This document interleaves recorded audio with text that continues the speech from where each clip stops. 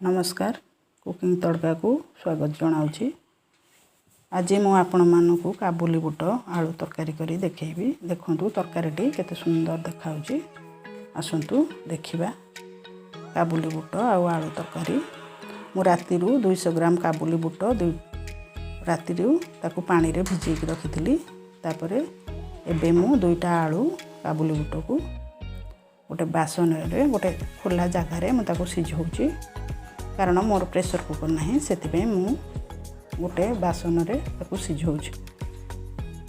एथरे किछि लूण आउ किछि हळदी दे दोची। किछि लूण किछि हळदी दे मु काबुली बुट टिकी सिझौची।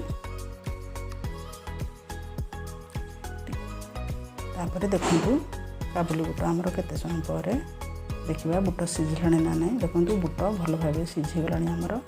प्रेशर कुकर नथिले मध्ये आपण तरकारी बासन रे जे कोनसी जगह रे सिझी के बुट करि परिबे तरकारी। आलू मध्ये बढ़िया सिझी गलाणी। एबे आमे गैस को बंद कर दबा किछि समय पई। तापरे मसला पई मुठी 2टा पियाज गुंड गुंड काटिची। तापरे 2 खंड दालचीनी नेची, गोटे गुजराती, गोटे तेजपत्र, तापरे 6-7 पाखुड़ा रसुण, गोटे टमाटर, 2टा टमाटर काटिक रखिछी। आसंतु एबे मसला रेडी करबा। मसला पई मुठी रसुण आउ टमाटर को भल भाबे पेस्ट करने। केवल रसुण टमाटर को मु पेस्ट करबी। आउ किछि मसला नेबिनी। आसंतु एबे पेस्ट कर दबा। देखंतु हमर पेस्ट रेडी हो गला। एबे हमें गैस लगे एबे बुट को हमें काढिबा। तापरे एबे गैस लगे कढ़ाई बसैबा। कढ़ाई हमर टिके गरम हेले हमें सेथिरे किछि रिफाइंड तेल दबा। मु सबु तरकारी पत्र रे अल्प तेल यूज करथाय। मु बेसी तेल यूज करे नै। देखंतु टिके जीरा पकेली। तापरे दालचीनी गुजराती की पकई दोची। तापरे तेजपत्र मध्य पकई दोची। ए सब टिके भाजी हे गले एतरे मु काटी के रखि दिबा पियाज को दे दोची। देखि सेगुडा सब किछि समय पे हमें भाजीबा।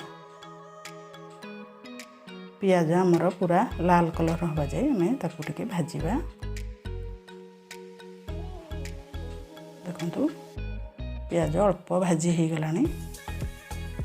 तापरे एबे मु सेथिरे हाफ चम्मच चीनी दे दोची। पियाज हमर पूरा भल भाबे भाजी हे गलानी। एबे मु सेथिरे टिके चीनी देली और आउ टिके ताकू गुळै नबा। तापरे एबे मु गुंड मसला यूज करबी। गोटे चम्मच धनिया पाउडर, तापरे हाफ चम्मच लंका गुंड, तापरे टिके हळदी गुंड, तापरे धनिया गुंड गोटे चम्मच गुड़ सब दे भल भाबे टिके हमें मिसई नबा। गुंड मसला पकेला बेले गैस एकदम स्लो रखिथिबे। तापरे सेतरे टिके किछि पानी दे मु मसला गुडा को टिके भल भाबे मिसई दोची।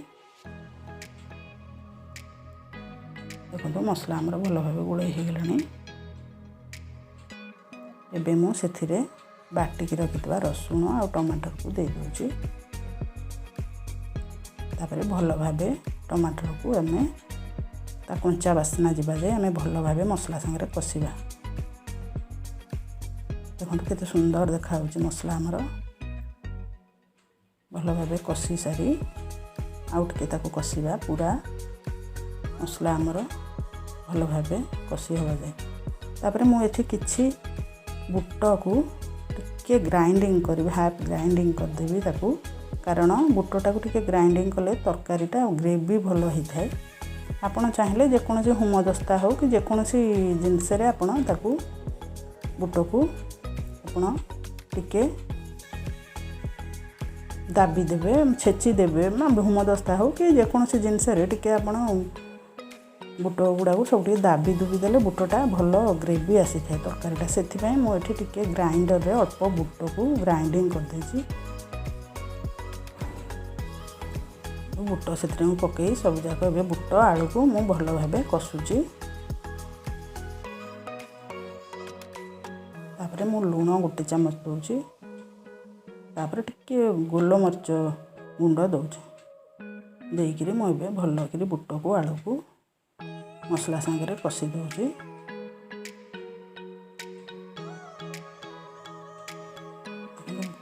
बुट आलू आमर भल भाव कषि गलानी एबे मु सेतरे गोटे ग्लास पानी ऐड करुची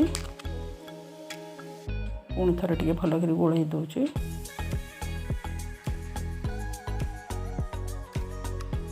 तापरे आउ टिके मु से गिनारे जो गिनारे मु बुट बाटी थी से गिनारे आउ टिके धोई धाई पानी दे दूची तापरे ऊपर मु गरम मसलाटा पकाउची गरम मसलाटा ऊपर पकेले भल बास्ना होता है तापर देखंतु एबे गोळेइकरी मु किछि समय ढांकुन नगेबो किछि समय फुटिबा को देबी किछि समय पर देखिबा हमर बुट आलू तरकारी हेलन ना नहीं देखो तरकारी आम केते सुंदर कलर बढ़िया देखा तरकारी बास्ना बहुत बढ़िया होची मु कहि सबु तरकारी रे मु अल्प तेल यूज करे एते तेल यूज करवाटा भी भल नुह ये तरकारी बहुत बढ़िया लगी था खाइबा आपको रुटी पूरी बा भात सांगे खाई पारे देखो तरकारी आम बहुत बढ़िया होगलानी आपड़ चाहिए आपको आउ ग्रेवी करें बहल करें मसला आउ टिके तरकारी बहल हवा जाए कि मुझे बंद कर दूँ गैस एबे मु गोटे प्लेट को बुट आलू तरकारी काढ़ुची केते सुंदर देखा बुट आलू तरकारी आपण आपको घरे निश्चय तैयारी करूँ खातु आ समस्त को खुआतु धन्यवाद।